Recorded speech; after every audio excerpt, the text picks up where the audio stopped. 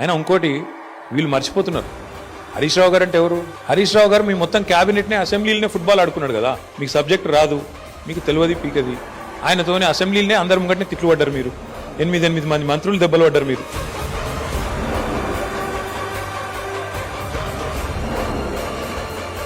అట్లాంటి ఆయన ఇయ్యాలన్నట 5-6 పోలీస్ అధికారుల మీద కూర్చోబెడితే ఏం ఫరక్ పడుతుంది?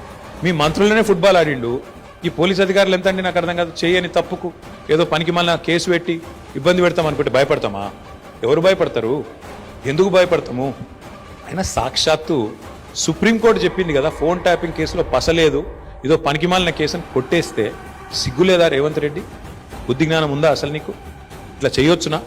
ప్రభుత్వం నడపవయ్యా అంటే నీకు ఏమి చెప్పొచ్చినావు అధికారంలోకి? నువ్వు 6 గ్యారంటీలు అంటివి, తులం బంగారం ఇస్తా అంటివి, 4,000 పెన్షన్లు ఇస్తా అంటివి, మహిళలకు 2,500 అంటివి, 26 నెలలు అయిపోయాయి. అది చెప్పే ముఖం లేదు, అది చెప్పే తెలివి లేదు. అందుకే కవర్ ఏం చేయాలి? ఇట్లనే మీడియాను మేనేజ్ చేసుకోవాలి, మీడియా వాళ్ళ ఇళ్ళకు న్యూ ఇయర్స్కు కాలు మొక్కాలి, వాళ్ళను ప్రసన్నం చేసుకోవాలి, అడ్డమైన రాతలు వాళ్ళతో రాయించుకోవాలి. ఇది నీ చిల్లర బుద్ధి, ఇది నీ లేకి బుద్ధి, ఇది రేవంత్ రెడ్డి యొక్క చిల్లర వ్యవహారం.